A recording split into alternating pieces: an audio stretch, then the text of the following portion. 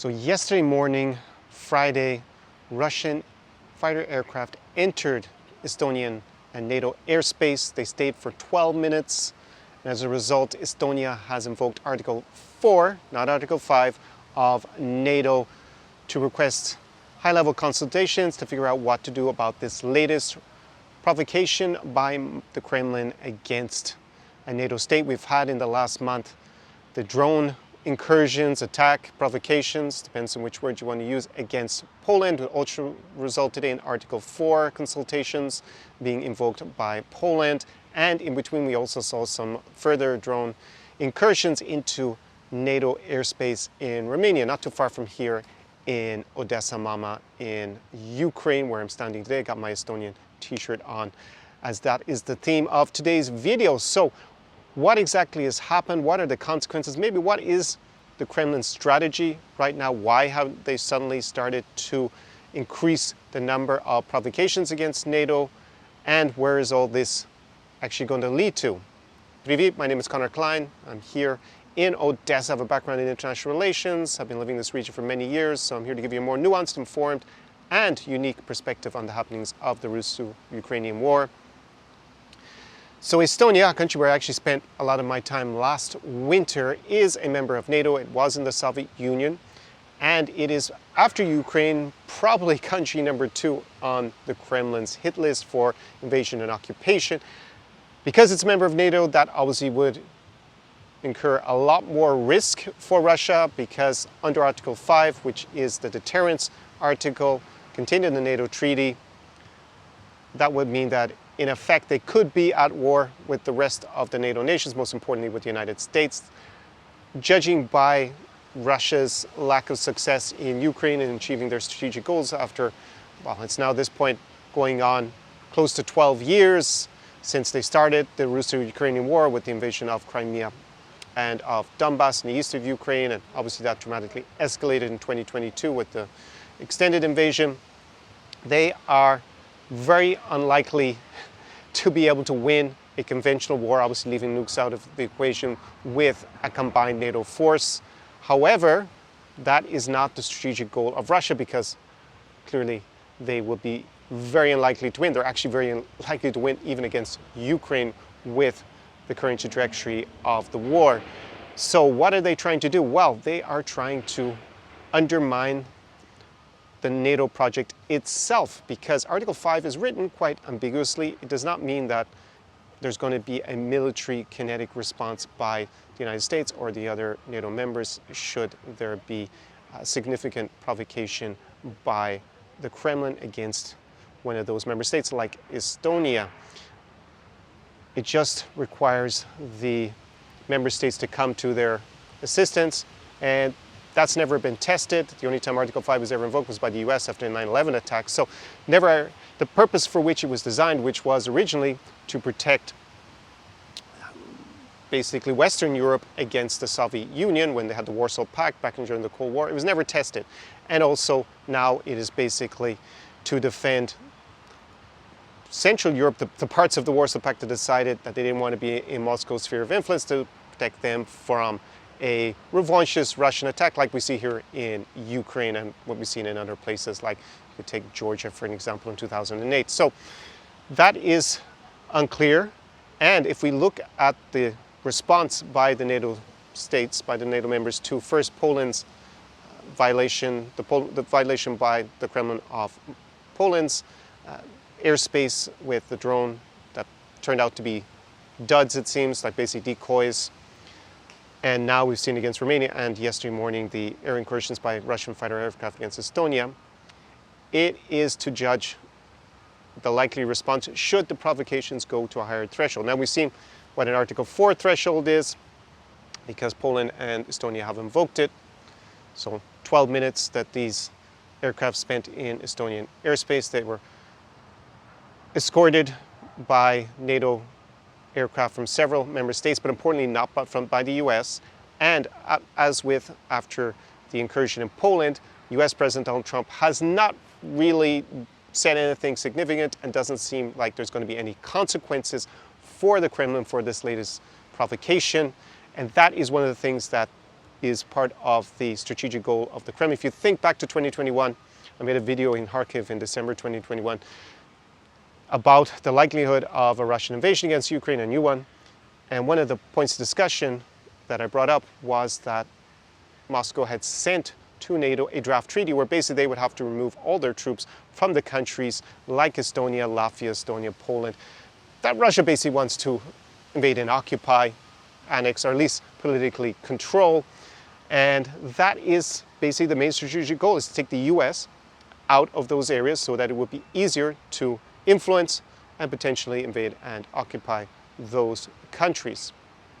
So by not responding forcefully, the United States is signaling that Article 4 threshold, they're not going to do anything. Now, does that mean that if Russia next decides to seize a town in Finland or Latvia or Estonia, or launch some more dramatic attack by targeting maybe buildings that are supplying armaments to the Ukrainian war effort, to their defense of their country, if Russia goes that far, would that then lead to an Article 5 and a response by the US?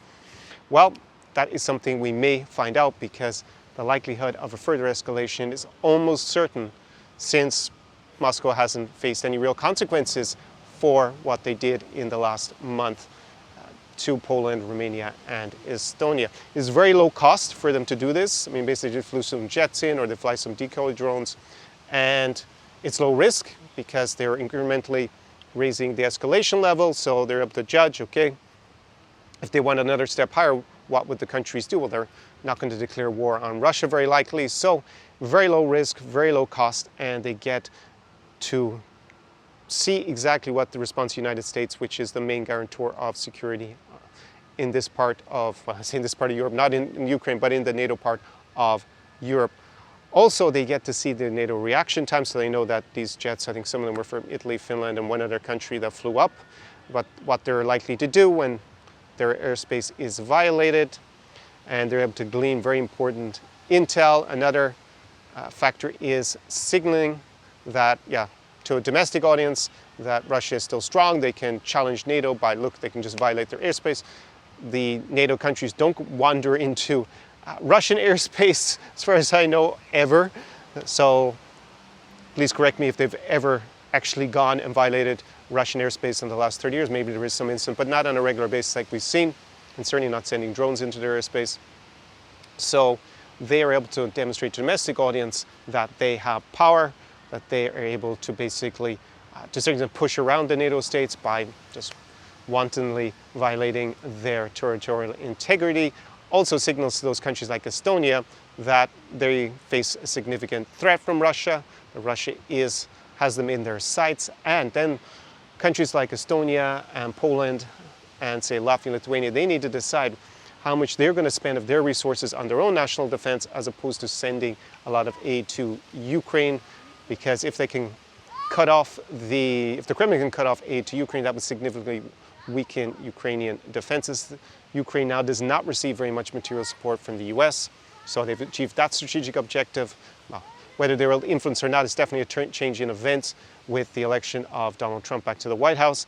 However, because the European countries are expanding their aid to Ukraine to fill that gap in part, as well as Ukrainians increasing their domestic production of armaments, that is the next goal, is to try to squeeze off that support. And this is something that creates a dilemma for countries, because they have their domestic audiences, they have open freedom of press more or less, so they're easier to influence, and the politicians are obviously elected by the people, which is not the case in Russia, where basically you have a dictatorship and you have just perfunctory elections that just people rubber stamp, if they go to vote, that Vladimir Putin and his cronies are going to lead the country. So if they can scare the populations into thinking that they need this air defense for themselves, or they need to spend the resources on their own national defense opposed to giving to Ukraine, that will actually help the Kremlin in achieving its strategic objectives here.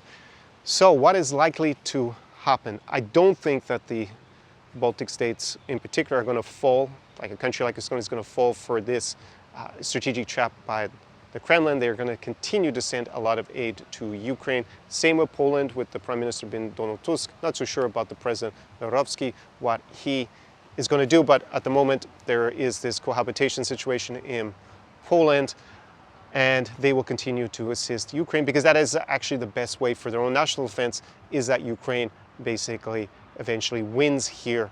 In that scenario, then Russia will not be able to threaten their countries. They won't be able to use the resources from Ukraine to then attack them. You also need to understand that by hoarding certain types of armaments now, they may actually become obsolete because of the rapid development of warfare during this war.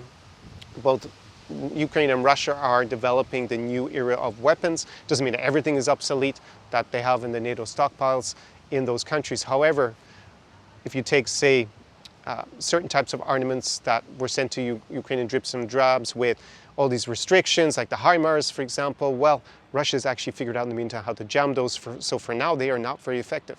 Should the NATO countries have given them super amount of those armaments way back at the beginning and say, hey, do what you want with them, in hindsight, that would seem to have made more sense, because now those munitions are not going to be as effective if those countries ever need to use them in a war with Russia, where Russia invades their territory or an ally. So I don't think that they will fall for this.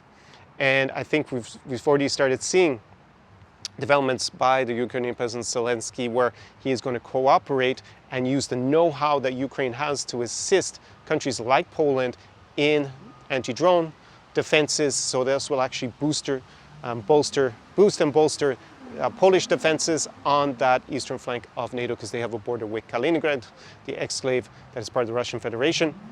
And also they will be more focused on cooperation, perhaps even creating with Romania and Poland some sort of ring around Western Ukraine, where actually Poland and Romania will assist in shooting down drones. That is something suggested, it still needs to be finalized. So that part seems to have backfired so far by the Kremlin. They may actually push Ukraine and Poland and Romania and some other countries closer together in terms of national defense, and actually make that flank of NATO more solid. On the other hand, they know that this is a threshold that they can easily cross with very little consequences, and we could say that's one consequence, that this new development and cooperation, but almost certainly the Kremlin will push harder. And the main reason is they are more or less stuck at an impasse here in Ukraine. Last 2 years, they've taken just 1% of Ukrainian territory. They have taken almost nothing that's of real strategic value. On a political level, they have not taken all of Donbass, for example, where they could say they've achieved a political goal and have managed to capture and control a territory they already wrote into the Russian constitution, not that they have any genuine legal claim to it.